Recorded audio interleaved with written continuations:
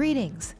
This Infinite Source Truth is made possible by the generous contributions and support of viewers like you. Please consider making a contribution now. Thank you.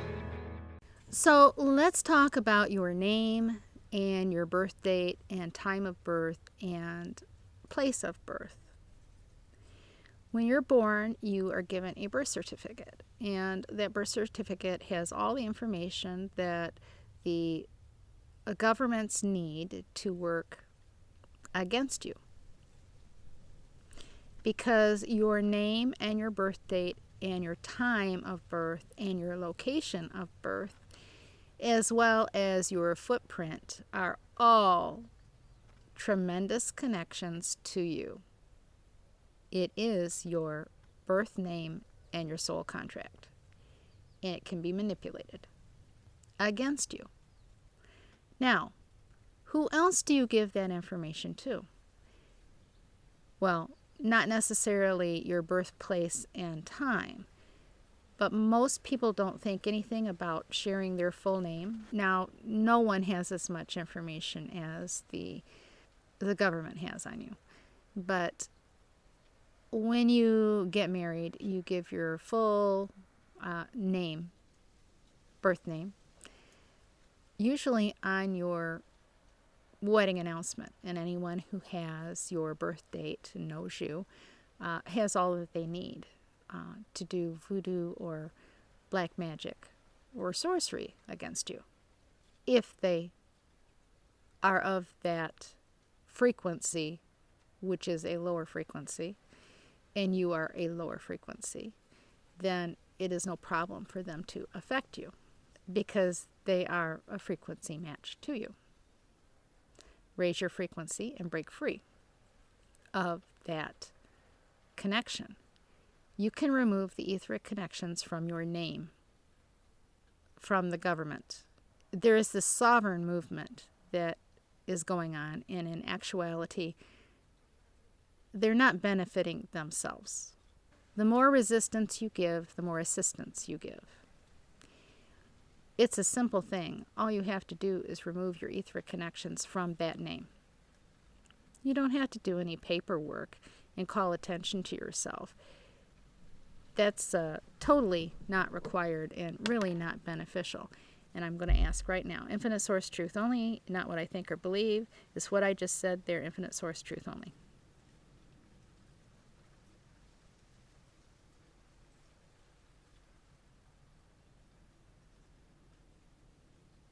Yes.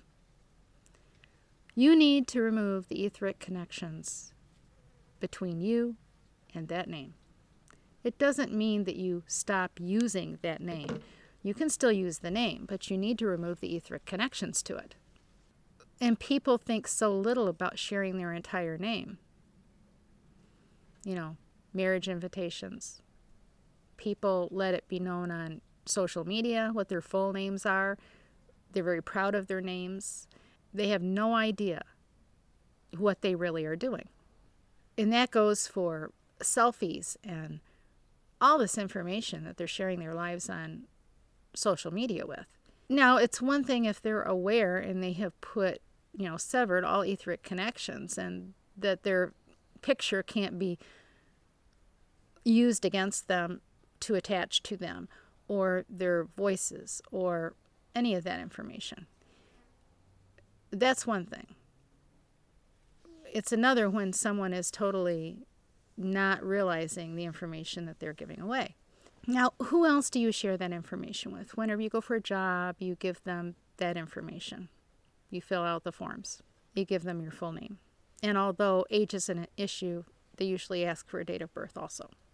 Sometimes they even take your picture for your employment badge or your card or your pass or whatever. All of these things have etheric connections to you. You need to sever these etheric connections. You need to stay separated from all of these things. And it doesn't mean that you have to stop using them, but you need the connections severed. Now, you can do this for yourself. You can raise your frequency. And if you want to know how to sever, you can join me on Patreon, and get the information of how to do it for yourself, or you can send a contribution to this channel in the amount of $25 or more and include your full name and date of birth. You have to be comfortable with that. And I will remove all etheric attachments from that name that connect to you. You really need to be able to raise your frequency and get this accomplished for yourself. And then you can do it for everything, for all your possessions and property and home and everything in your life. You can sever the etheric connections to you. And your quality of life and enjoyment of this life will be much greater. Now I'm going to throw in here a little bit of information about a marriage license and how a marriage license is linked to signing your children over to the state. Anytime you get a license, you're getting permission to do something. That license is a secular contract with the state.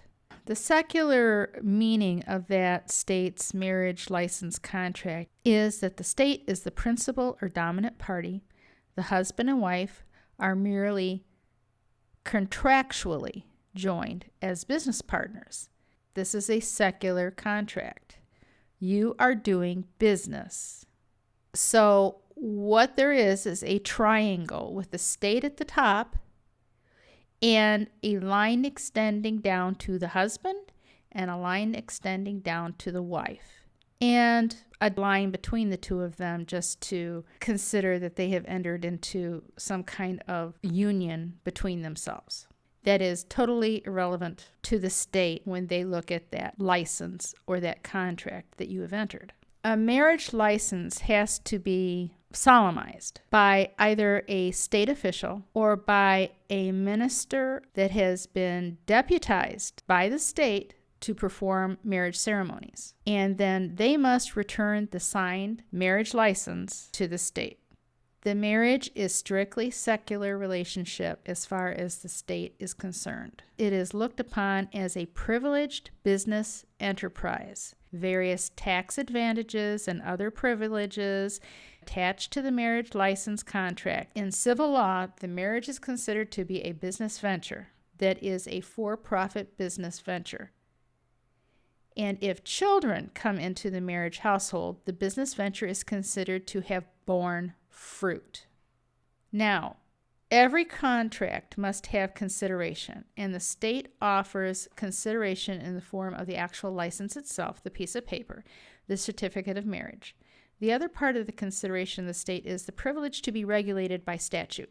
And that privilege includes all related statutes and all court cases that are ruled on by the courts. Consideration on the part of the husband and wife is the actual fee paid and implied agreement to be subject to the state statutes, rules, and regulations related to marriage law, family law, children, and property. This contractual consideration by the bride and groom placed them in a position inferior and subject to the state, and very few people realize this. And it's also very important to understand that children born to the marriage are considered by law as the contract-bearing fruit, meaning the children primarily belong to the state, even though the law never comes out and says so in so many words. So, when children are born to that married couple, it's regarded as the contract-bearing fruit. Parents have no property right in their children and have custody of their children during good behavior at the state's allowance. That means that parents may raise their children and maintain custody of their children as long as they don't offend the state. The state can step in at any time and exercise its status and take custody and control of its children. The parents are only conditional caretakers. The marriage license is an ongoing contractual relationship with the state. The marriage contract acquires property throughout its existence. The marriage contract bears fruit by adding children. If sometime later the marriage fails and a divorce results, the contract continues in existence.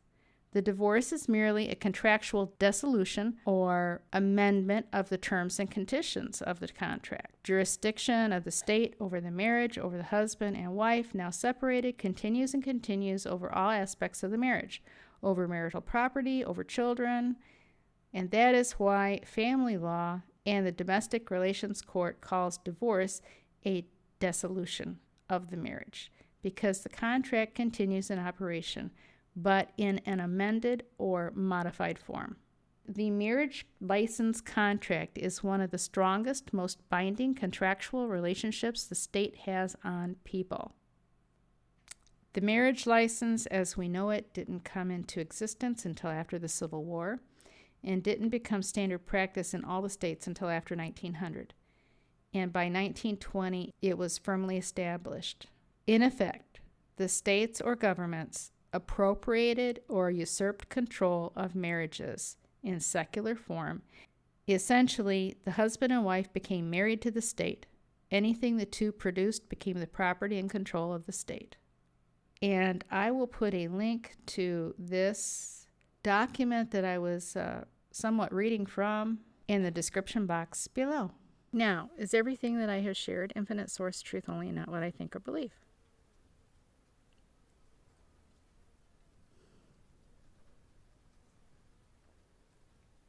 And that is a yes for my programmed pendulum. So, raise your frequency. You can do this. Abundance, health, and prosperity to you.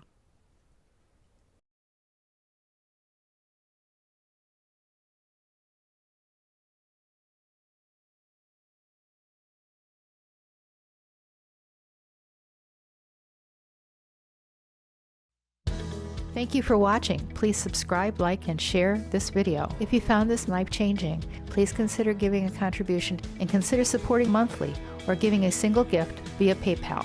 Links are in the description box below. And be sure to check out these links for guided self-hypnosis meditations.